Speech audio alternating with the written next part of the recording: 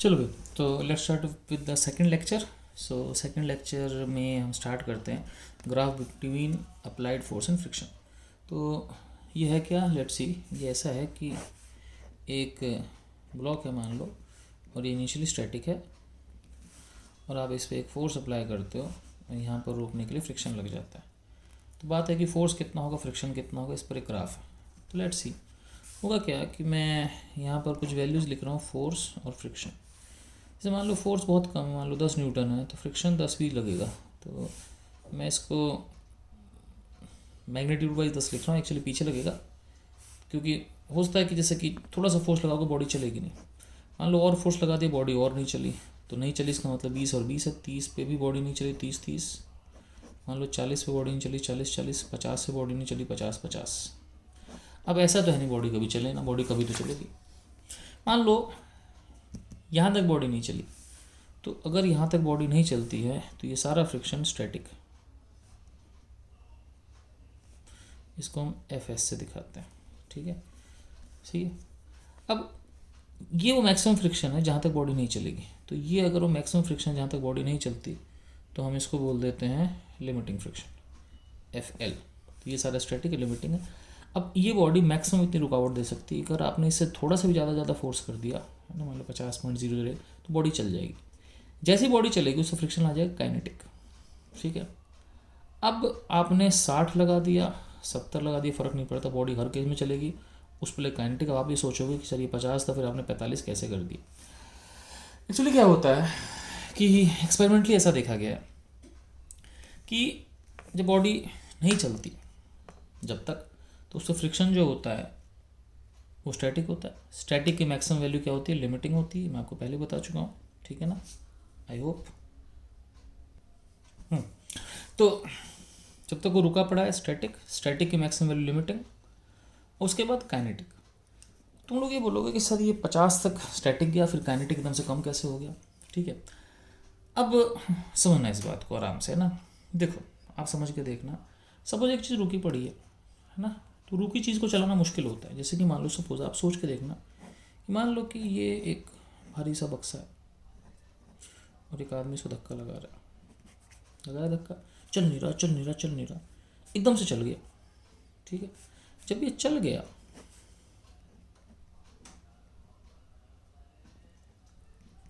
जब ये चल गया, ठीक है मेरी बात, अभी ये रेस्ट पे है, अब ये चलने लग गया। जब तक ये रुका पड़ा है ना, इसको हिलाना मुश्किल, चलने के बाद वो फटाफट दौड़ने लगेगा। मतलब क्या है, मैं आपसे ये कहना चाहता हूँ, it is difficult to get a body moving. एक बॉडी को मूविंग मतलब चलाना मुश्किल है, but it is easy to maintain its motion. So limiting is greater than kinetic. मेरी बात समझ। एक्चुअली क्या हुआ, आप जब किसी को जस्ट चलाते हो, जैसे मान लो रेस्ट से जस्ट चलने पे आया, तो जस्ट चलने पे आया तो हमको किसको पार करना है, लिमिटिंग को। जैसे मान लो लिमिटिंग 50 है, 50 को पार करोगे तो चलेगा। तो जब बॉडी जस्ट चलने को आती है, तो उस जस्ट चलाना है रुके से, तो उसको लिमिटिंग पार करना पड़ेगा। उसके बाद वो चल गई तो वो दौड़ जाती है। तो होता है क्या है, यहाँ पर फ्रिक्शन ज़्यादा पड़ती है, और जैसे चल जाती है फ्रिक्शन कम हो जाती है। ये कन्फर्म है। कोई भी चीज़ हो, आप धक्का दो, चल नहीं रही, वो चल गई तो आप उसको दौड़ा सकते हो, ठीक है ना, लेकिन चलाना मुश्किल होता है। इसलिए लिमिटिंग जो होती है हमेशा काइनेटिक से क्या होती है, ज़्यादा होती है। आई होप यू अंडरस्टैंड, ठीक है, सही है। अब इसके बाद तो स्टैटिक बढ़ती रहती है, फिर चलने का बॉडी फ्रिक्शन कांस्टेंट हो जाती है, एक्सपेरिमेंटली देखा गया, ठीक है ना। तो एफ के is constant is seen experimentally, ठीक है। काइनेटिक फ्रिक्शन कांस्टेंट होती है, इसको एक्सपेरिमेंटली देखा गया है, ठीक है। चलो तो इसको एक्सपेरिमेंटली देखा गया है। अब ये ग्राफ कैसा बनेगा, अब ये ग्राफ जो बनेगा नेक्स्ट पेज बना लेते हैं। Let's move on to the next page, page number 2। तो ग्राफ कैसा होता है मैं समझाता हूँ। यहाँ पर फ्रिक्शन है, यहाँ अप्लाइड फोर्स है। पहले ग्राफ 45 डिग्री पे जाता है। 45 पे क्यों जाता है, तुम कहोगे सर क्यों जाता है, मैं बोलूँगा सिंपल है। आप डेटा देखो सारे, 10 10 20 20 30 30, है ना। 45 पे जाने का मतलब क्या हुआ कि सपोज़ ये कभी 40 है तो ये भी 40 ही होगा, तो दोनों सेम ही है, तो टेन थीटा क्या होगा 40 पे 40, ये 50 है 50 जाएगा, ठीक है। तो सही है, अनटिल इट मूव्स, जब तक वो मूव करता है ना, या फिर अनटिल इट स्टार्ट्स मूविंग, जब तक मूवमेंट स्टार्ट करता है तब तक ऐसे ही होता है कि ये जितना उतना ही है, तो एंगल 45 होता है। अब अगर पूरा ग्राफ देखें तो ऐसा होता है कि ये जाता है 45 पर, तो ये फ्रिक्शन है, ये फोर्स है, ये स्टैटिक फ्रिक्शन तक जाएगा, ठीक है, मैक्सिमम। नेचुरल सी बात है, तब ये भी उसके बराबर होगा, जैसे ये 50 ये 50, तब तक बॉडी चलेगी नहीं। एकदम से इससे थोड़ा ज़्यादा फोर्स लगाया, मान लो 50 से 50.01 भी कर दिया, तो एकदम से फ्रिक्शन ड्रॉप हो जाएगा, ठीक है। और ड्रॉप होने के बाद क्या हो जाएगा, काइनेटिक फ्रिक्शन हो जाएगा, ठीक है। तो फ्रिक्शन बढ़ते रहता है बढ़ते रहता है बढ़ते रहता है, फिर एकदम से फ्रिक्शन ड्रॉप हो जाता है, काइनेटिक उसका एक कांस्टेंट होता है, तो ये ग्राफ होता है, ठीक है। अब ऐसा देखा गया कि कोई फ्रिक्शन होता है वो नॉर्मल रिएक्शन के प्रोपोर्शनल है। जैसे नॉर्मल रिएक्शन प्रोपोर्शनल मतलब जैसे मान लो कि सपोज ये है, अब मान लो ये 5 किलो की बॉडी है, तो नॉर्मल कितना है 5G, बोले तो 50, ठीक है। तो ये कोई फ्रिक्शन हो, जैसे कि मान लो अगर मैं बोल दूँ लिमिटिंग बोल दूँ, तो मान लो लिमिटिंग नॉर्मल के प्रोपोर्शनल हो। अब इसी में आपने क्या किया, इसका वेट लगेगा, इसी में आपने क्या किया, सपोज कि आपने इस 5 kg पे ऊपर से 50 न्यूटन और फोर्स लगा दिया, तो उस केस में इसका वेट 5G जो कितना है 50, इसका ये 50, तो नॉर्मल कितना हो गया 100। तो ऐसा देखा गया कि नॉर्मल 50 है, नॉर्मल 100 है, तो अगर नॉर्मल डबल हो गया तो लिमिटिंग भी डबल होगी, तो यहाँ पे क्या हुआ, नॉर्मल डबल हो गया, ठीक है। तो लिमिटिंग भी कितना हो गया, लिमिटिंग भी डबल हो गया, ठीक है। तो लिमिटिंग नॉर्मल के प्रोपोर्शनल होता है। क्यों होता है एक्चुअली, इसका रीज़न बहुत सिंपल है, मैं समझा देता हूँ। बहुत सिंपल सी चीज़ है, ऐसे समझो आप, जैसे कि मान लो एक्चुअली फ्रिक्शन कुछ नहीं है, फ्रिक्शन बेसिकली ये मान लो कि सरफेस की इरेगुलरिटी, कोई सरफेस बिल्कुल स्ट्रेट नहीं होती, बिल्कुल स्मूथ नहीं होती, तो बेसिकली सरफेस की इरेगुलरिटी है, ठीक है।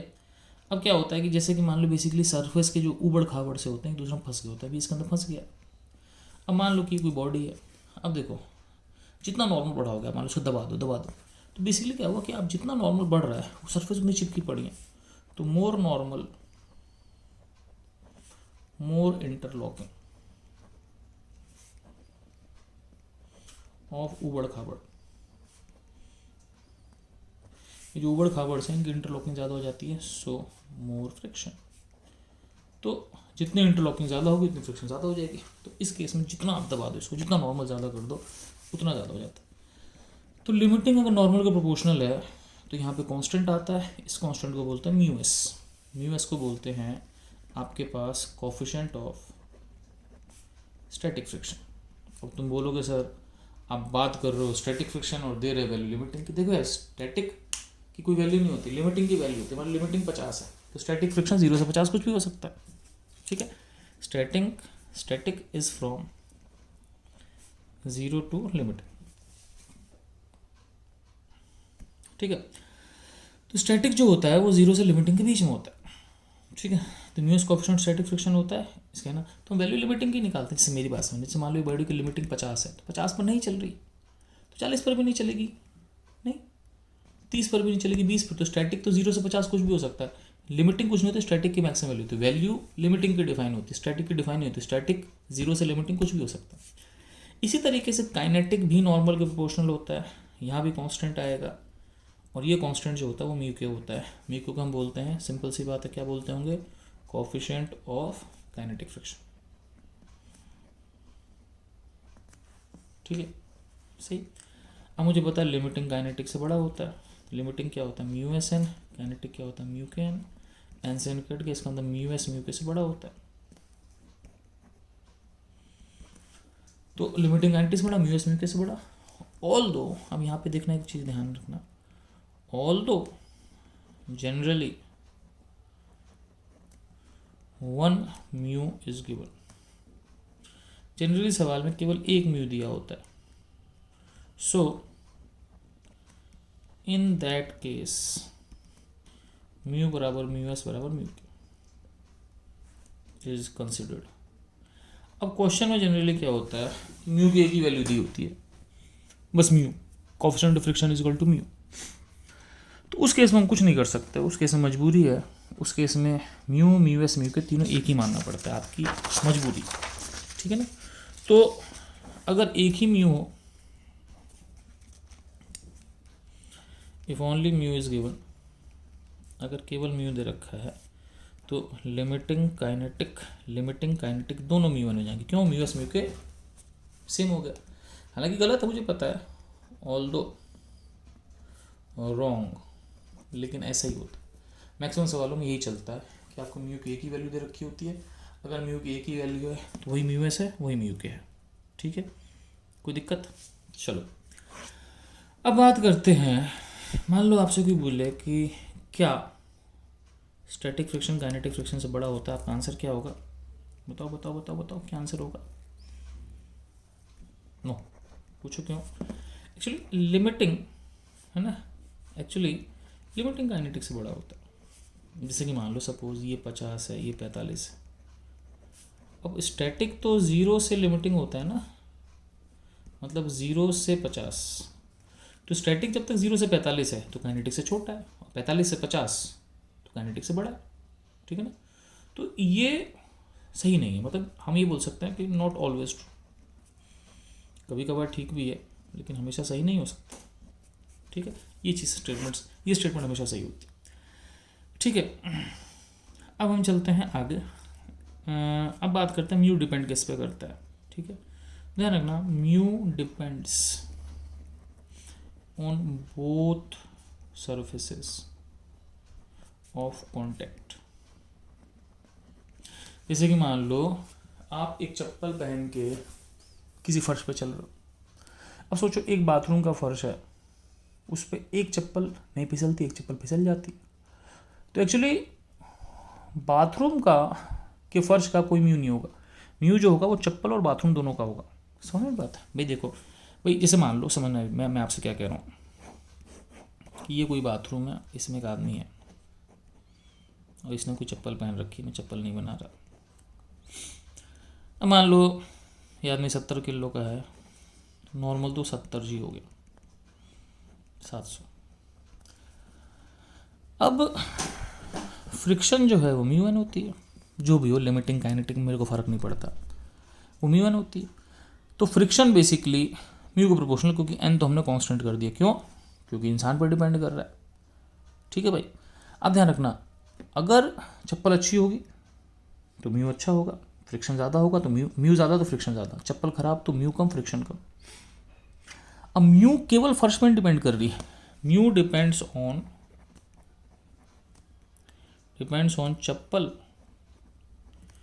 एज वेल एज फर्श। म्यू जो है दोनों पर डिपेंड करती है। कोई अगर ऐसे लिखे कि म्यू ऑफ फर्श इज 0.5, समझ लो गधा है। पूछो क्यों? क्योंकि केवल एक चीज़ का म्यू नहीं होता। सोचा उसी सड़क पे एक गाड़ी फिसल जाती है, गाड़ी नहीं फिसलती, तो म्यू सड़क का भी है, टायर का भी। तो म्यू हमेशा दोनों चीज़ का होता है, ना केवल टायर का होगा ना केवल सड़क का होगा। Mu is of both the things, ठीक है भाई। आगे चलें, पेज नंबर 4 हो गया। हम बात करते हैं पेज नंबर 5। अब एक चीज़ होती है एंगल ऑफ फ्रिक्शन। अब मैं इसको किससे दिखा दूँ? मान लो थीटा से दिखा देता हूँ। तो बेसिकली tan थीटा म्यू होता है, या थीटा जो होता है tan इनवर्स म्यू होता है। तो ये होता कुछ नहीं, मैं समझा दे रहा हूँ। Theta is angle between contact force and normal when limiting acts. जब लिमिटिंग एक्ट करती है तो कॉन्टैक्ट फोर्स और नॉर्मल के बीच का जो एंगल होता है वो थीटा होता है। कैसे, मैं समझाता हूँ। जैसे कि मान लो एक बॉडी को आप सपोज इधर धक्का दे रहे हो, बॉडी मान लो चल नहीं रही, मान लो लिमिटिंग चल रहा है इस पर, ठीक है। अब लिमिटिंग चल रहा है तो बेसिकली मैं इधर बनाता हूँ, इधर लिमिटिंग है, इधर नॉर्मल है, और इन दोनों का रिजल्टेंट यहाँ लगेगा कॉन्टैक्ट फोर्स, लग गया। अब ये जो एंगल होता है थीटा होता है, तो लिमिटिंग क्या होता है म्यू एस एन, तो tan थीटा क्या होगा म्यू एस एन ये या ये डिवाइड बाय तो म्यू एस हो गया। तो अगर म्यू एस देख रखा है तो टेन थीटा म्यू एस कर देना, वैसे जनरली एक ही म्यू दे रखा होता है तो टेन थीटा म्यू हो जाता है। ठीक है, फाइन। तो टेन थीटा बराबर म्यू। चलो भाई, तो अब हम लोग चलते हैं आगे। अब एक बहुत अच्छी चीज़ है, इसको मैं बोलता हूँ पीजिप। पीजिप बोले तो पांडेजीज, बहुत गंदी राइटिंग मेरी, जीज इम्पोर्टेंट पॉइंट। अब एक बहुत सिंपल चीज़ है, फिजिक्स में ऐसे ही होता है, अगर x 4 से बड़ा है तो x की कम से कम वैल्यू क्या होगी। अब x 4 से बड़ा है तो एक छोटा बच्चा बोलेगा कि x की कम से कम वैल्यू 5 होगी, थोड़ा बड़ा बच्चा बोलेगा 4.1 होगी, थोड़ा और बच्चा बोलेगा 4.01 होगी, थोड़ा और बच्चा बोलेगा 4.001 होगी। लेकिन एक्चुअली में x अगर 4 से बड़ा तो कम से कम वैल्यू 4 करोड़ों जीरो करोड़ों 1 होगी। अब बात है कि 4 से बड़ा है तो उसकी मिनिमम वैल्यू अरबों 0.1। लेकिन एक बात बताओ, फिजिक्स चलती है मेजरमेंट पे। 4.01 का 4.01 को अगर आप नापोगे तो ऐसा कौन सा इंस्ट्रूमेंट जितने जीरो नाप ले। इसका मतलब क्या हुआ कि x मिनिमम को फिजिक्स के हिसाब से 4 ही लिखना पड़ेगा। समझ में बात। ऐसे ही अगर x 4 से छोटा है तो x की मैक्सिमम वैल्यू 3 नहीं होगी, 3.9 नहीं होगी, 3 करोड़ 9 होगी। लेकिन उसको नापने वाला इंस्ट्रूमेंट 4 ही नापेगा। तो ध्यान रखना, अगर x 4 से बड़ा है तो उसकी मिनिमम वैल्यू 4 है, x 4 छोटा है तो उसकी मैक्सिमम वैल्यू 4 है। नो डाउट x 4 से छोटा है, लेकिन तो भी वैल्यू लिखने को बोले तो इन दोनों केस में आंसर 4 ही होगा। ठीक है, लेट्स प्रोसीड। एक बहुत सिंपल सा क्वेश्चन करते हैं कि मान लो कि सपोज ये एक ब्लॉक है, ठीक है, और ये 10 किलो का है।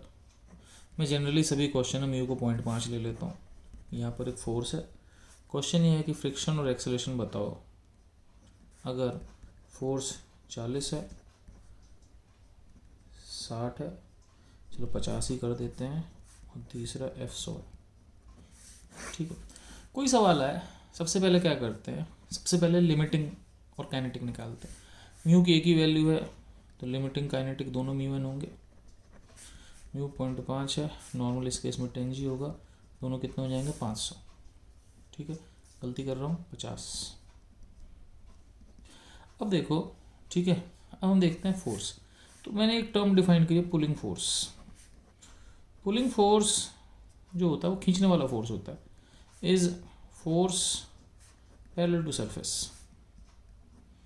जैसे कि मान लो कि सपोज एक चीज़ पर मान लो 100 न्यूटन ऐसे, और ये एंगल 37 डिग्री है, तो ये मान लो 80 हो गया, ये मान लो 60 हो गया। ठीक है, तो ध्यान रखना कि यहाँ पर इसको चलाने वाला जो फोर्स है वो 60 नहीं है, 100 नहीं, ये पुलिंग फोर्स है आपके पास। ठीक है, तो यहाँ तो पुलिंग फोर्स आपका पूरा का पूरा F है। ठीक है, तो अब सोचो, अगर खींचने वाला फोर्स लिमिटिंग से कम है, ठीक है, जैसे मान लो किसी चीज़ का लिमिटिंग 50 है, खींचने वाला फोर्स 40 है, तो बॉडी नहीं चलेगी, और जो स्टैटिक फ्रिक्शन होगी वो पुलिंग फोर्स के बराबर हो जाएगी। फॉर एग्जांपल तुमको सर क्या बताया, मैं बोलूँगा बहुत सिंपल। मैं कह रहा हूँ कि ये एक सरफेस है मान लो, और इस पर खींचने वाला फोर्स है, मान लो इसका लिमिटिंग है 50 न्यूटन। अब 40 न्यूटन, बॉडी नहीं चलेगी तो स्टैटिक 40 लग जाएगी, तो जो पुलिंग फोर्स होगा वो स्टैटिक फ्रिक्शन हो जाएगी, और एक्सेलरेशन 0 हो जाएगा। इसी तरीके से अगर खींचने वाला फोर्स लिमिटिंग से बड़ा है तो एक्सेलरेशन होगा, और फ्रिक्शन जो होगी वो काइनेटिक हो जाएगी, क्योंकि बॉडी चल गई तो काइनेटिक फ्रिक्शन। जैसे कि मान लो यही बात है कि मान लो कि इसका लिमिटिंग 50 है और आपने सपोज 80 न्यूटन लगा दिया, तो बॉडी चल जाएगी, पीछे काइनेटिक फ्रिक्शन लग जाएगी। अब क्या हुआ कि पुलिंग फोर्स हो गया लिमिटिंग, ये है ना, सिंपल सी दो चीज़ है।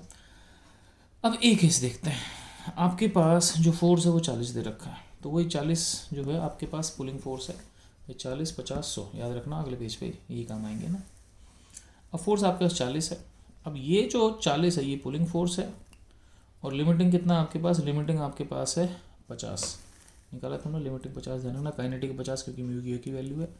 तो ये जो पुलिंग फोर्स है 40 जो है वो लिमिटिंग से कम है। लिमिटिंग से का मतलब कि बॉडी नहीं चलेगी, बॉडी नहीं चलने का, तो आगे 40 है तो पीछे स्टैटिक भी लगा, वो भी कितना होगा 40 हो जाएगा। एक्सेलरेशन क्या हो जाएगा 0, काम खत्म। ये 40 बॉडी चलेगी नहीं, 50 से पहले बॉडी चलेगी नहीं, ये दोनों कैंसिल हो जाएंगे। ए पार्ट। अब बात करते हैं बी पार्ट की।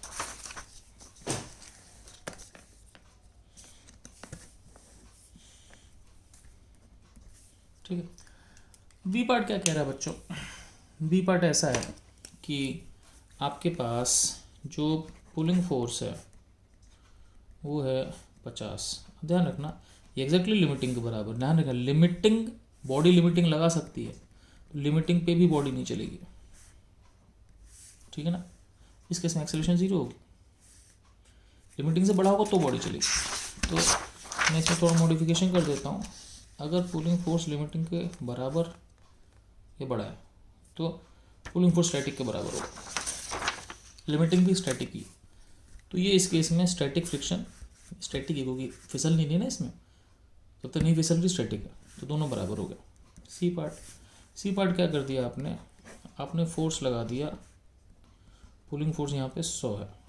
अब ये लिमिटिंग से बड़ा है तो acceleration non zero, body moves. और बॉडी मूव करेगी तो क्या लगेगा एफ के। पीछे काइनेटिक फ्रिक्शन लग गया, कितना हो गया काइनेटिक फ्रिक्शन आपके पास 50। अब देखो ये बॉडी आपके पास जो थी शायद 10 किलो की थी, एक बार मैं देख लूँ, let me confirm. 6 page number 7, body इस केस में हाँ 10 किलो की थी, 10 किलो की बॉडी। अब आगे 100 पीछे 50, एक्सेलरेशन क्या होगा net force by mass. Net force कितना है 100 माइनस 50 बाय मास कितना है 10, आंसर आ गया 5 मीटर पर सेकंड स्क्वायर। तो ये आपके पास एक्सेलरेशन आ गया, ठीक है भाई, सिंपल। अब इस क्वेश्चन को हम थोड़ा कॉम्प्लेक्स करते हैं, ठीक है।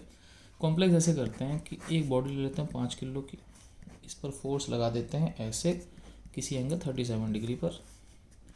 म्यू हमेशा मैं 0.5 ही लेता हूँ, मैं म्यू की जनरली एक ही वैल्यू लेता हूँ, हर जगह लगभग एक ही वैल्यू होती है, म्यू एस म्यू के रेयरली कोई देता है, वो भी हम क्वेश्चन करेंगे। तो क्वेश्चन है फ्रिक्शन ए फाइंड करो इफ़, क्वेश्चन के ए पार्ट एफ 10 न्यूटन है, बी एफ बराबर 50 न्यूटन, ठीक है, सही है।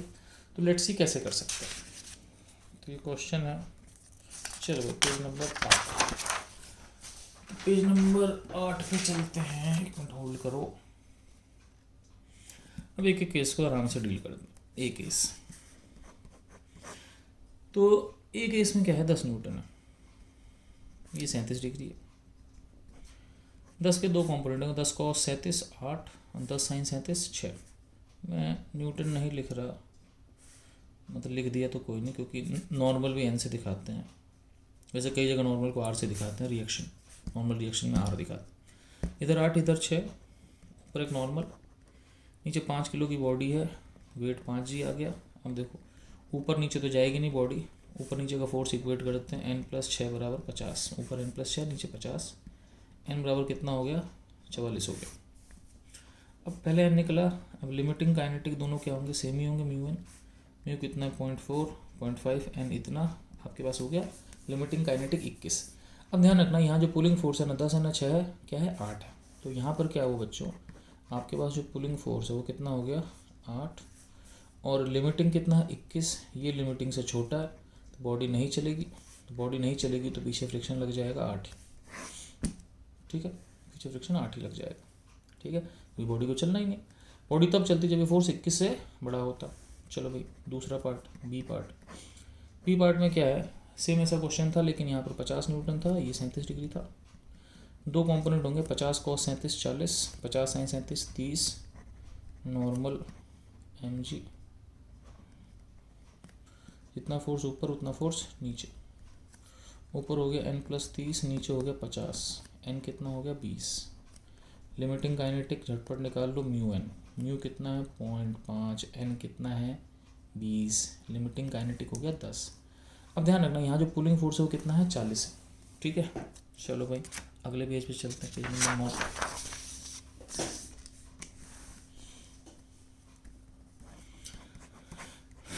पुलिंग फोर्स आपके पास था 40, लिमिटिंग काइनेटिक 10 था, ये लिमिटिंग से बड़ा है तो बॉडी चलेगी, और क्या लगेगा, काइनेटिक। तो पीछे लगेगा काइनेटिक। काइनेटिक कितना है बच्चों, 10 न्यूटन। 5 किलो की बॉडी थी, एक्सेलरेशन क्या हो गया, net force by mass. Net force कितना है, 40 माइनस 10, मास कितना है 5, 30/5 6, एक्सेलरेशन हो गया 6। कोई दिक्कत नहीं। अब आगे चलते हैं। अब इस चैप्टर की एक और बहुत ज़रूरी चीज़ जो हमेशा काम आती है कि ध्यान रखना कि इफ़ मैक्सिमम और minimum is asked in question of friction, अगर किसी फ्रिक्शन के क्वेश्चन में मैक्सिमम मिनिमम शब्द का जिक्र आ जाए, then limiting is being talked about। तो बात लिमिटिंग की हो रही है। कहने का मतलब क्या है, जैसे मान लो सोचो एक चीज़ है, इसका लिमिटिंग है 50। क्वेश्चन के 2 पार्ट है। ये एफ मिनिमम टू मूव, दूसरा F max not to move. और समझना, पहले हम लोग क्या करते हैं, बी पार्ट करते हैं। ज़्यादा फोर्स क्या है जिससे नहीं चलेगा, तो नहीं चल रहा है तो भाई आप फोर्स बढ़ाते जाओ, इधर फ्रिक्शन बढ़ेगा, ठीक है ना। अल्टीमेटली यहाँ लिमिटिंग होगा और यहाँ भी लिमिटिंग होगा। तो ये ज़्यादा से ज़्यादा फोर्स है जिससे बॉडी नहीं चलेगी, इससे ज़्यादा कर दिया बॉडी चलेगी। तो इसका मतलब सिंपल सी बात है कि for F max limiting acts, F max निकालने की लिमिटिंग लगता है। अब बात करते हैं ए पार्ट की। ए पार्ट क्या है बच्चों, एफ मिनिमम टू मूव। अब देखो ये एफ है, ये लिमिटिंग है, सॉरी। अब ये फ्रिक्शन है। टू मूव करने के लिए फोर्स को फ्रिक्शन से बड़ा होना पड़ेगा। फ्रिक्शन से लिमिटिंग फ्रिक्शन से, समझ रहे हो, फोर्स को लिमिटिंग फ्रिक्शन से बड़ा होना पड़ेगा। मतलब फोर्स 50 से बड़ा हो गया, लिमिटिंग 50 है। लेकिन अगर फोर्स 50 से बड़ा है तो मिनिमम फोर्स क्या होगा, 50 ही होगा। तो वही मैं कह रहा हूँ कि जब भी मिनिमम पूछा जाए तो आप लिमिटिंग मान लो। लिमिटिंग स्टैटिक है, नो डाउट। अगर लिमिटिंग माना तो बॉडी नहीं चलेगी, तो ये आपका जो होगा ये लिमिटिंग के बराबर ही होगा। अब सोचो यहाँ से लिमिटिंग 50 है तो ये 50 हो गया। नेचुरली स्टैटिक बॉडी नहीं चल रही है तो फोर्स आपका 50 हो गया। अब सोचने की बात यह है कि 50 है, अगर F 50 है तो बॉडी नहीं चलेगी, 50 ज़्यादा बॉडी चल जाएगी। मतलब ना चलने के लिए F 50 होगा, चलने के लिए F 50 से ज़्यादा होगा, लेकिन तो भी उसकी मिनिमम वैल्यू क्या होगी, 50 ही होगी। मतलब कहने का मतलब ये है कि बॉडी को चलाना हो नहीं चलाना हो, जो भी करना हो, आप लिमिटिंग लगा दो, ठीक है। अगर उससे ज़्यादा होगा तो चल जाएगी, उससे बराबर हुआ तो नहीं चलेगी, लेकिन ज़्यादा पे चल जाएगी तो भी मिनिमम वैल्यू उतनी ही रहेगी। जैसे मेरे कहने का मतलब ये है कि अगर ये F 50 से ज़्यादा तो बॉडी चल जाएगी, लेकिन कोई आपसे बोले कि अगर F 50 से बड़ा तो उसकी कम से कम वैल्यू क्या होगी, कम से कम वैल्यू 50 ही होगी। इसका मतलब दोनों केस में मामला लिमिटिंग पे ही अटकेगा। I hope you understand. आगे चलते हैं। अब हम काइनेटिक फ्रिक्शन पर सवाल करते हैं। एक सिंपल सा क्वेश्चन है, एक बॉडी 10 मीटर पर सेकंड चल रही है, म्यू 0.5 है, स्टॉपिंग डिस्टेंस चल रही है, तो काइनेटिक फ्रिक्शन लग रही है। सोचने की बात नहीं, ठीक है। काइनेटिक फ्रिक्शन क्या होगा, म्यू एन, तो एन यहाँ पे mg होगा। एक्सेलरेशन होगा नेट फोर्स बाय मास। अब नेट फोर्स क्या है, चल रही है तो चलना कोई फोर्स थोड़ा होता है, नेट फोर्स तो इस पर फ्रिक्शन ही है। तो ये हो जाएगा म्यू mg बाय m, कितना हो गया म्यू जी। इसका एक्सेलरेशन हो गया म्यू 0.5, जी 10, एक्सेलरेशन हो गया 5। अब कितने में रुक जाएगी, तो v² माइनस u² बराबर 2as, ठीक है। तो रुकेगी तो ultimately final velocity 0, initial velocity 10। Acceleration ध्यान रखना पीछे की तरफ होगा, फोर्स पीछे है, तो एक्सेलरेशन -5 होगा। जी कितना हो जाएगा, सो डिस्टेंस s, तो v² माइनस u² इतना, तो s हो गया 10² / 10, ठीक है ना। 20 का माइनस इक्वल 2s, 2a, तो ये -100 बटे -5, तो ये आ गया 10 मीटर। 10 मीटर में रुक जाएगी। तो एक बहुत सिंपल सी बात है, ध्यान रखो, अगर तो एक्सेलरेशन म्यू जी होता है, ठीक है, कोई दिक्कत नहीं। चलो भाई, अब हम चलते हैं आखिरी एक क्वेश्चन। क्वेश्चन ये है कि एक ग्लास है, ग्लास के ऊपर एक कार्डबोर्ड है, कार्डबोर्ड के ऊपर एक सिक्का है। मतलब दिखने में कुछ ऐसा डायग्राम होगा, दिख रहा है, बड़ा नहीं हो रहा ये, हो गया बड़ा, एक ग्लास है, ग्लास और कार्डबोर्ड है। अब क्या होता है कि आपने इसको यहाँ से हिट किया, ठीक है, तो इफ़, ठीक है ना, पुश्ड स्लोली, आपने इसको धीरे से पुश किया, है ना, सिक्का, ये सिक्का है, falls out, and if hit fast, सिक्का फॉल्स है, ठीक है ना। अब मान लो आपसे पूछा जाए कि रीज़न क्या है, और मैं इसको आपको सही रीज़न बताता हूँ। ऐसे होगा कि अगर आपने कट से मार दिया सिक्का अंदर गिर जाएगा, और धीमे ऐसे मान लो तो सिक्का इसके साथ साथ चल के बाहर गिर जाएगा, ठीक है ना। आप प्रैक्टिकली करके देख सकते हो, इट्स वेरी सिंपल, ठीक है, सही। तो मैं आपको प्रैक्टिकली करके दिखाऊँ क्या? चलो प्रैक्टिकली करके देखते हैं। बहुत सिंपल है, कटोरी ले लेते हैं जो आसपास है, एक इसके ऊपर चीज़ रख देते हैं, एक शॉर्पनर रख देते हैं, कस के खींचना, शॉर्पनर अंदर गिर गया, फिर ये काम, ऊपर शॉर्पनर रखा, धीमे से खींचा, शॉर्पनर बाहर चला गया, ठीक है ना।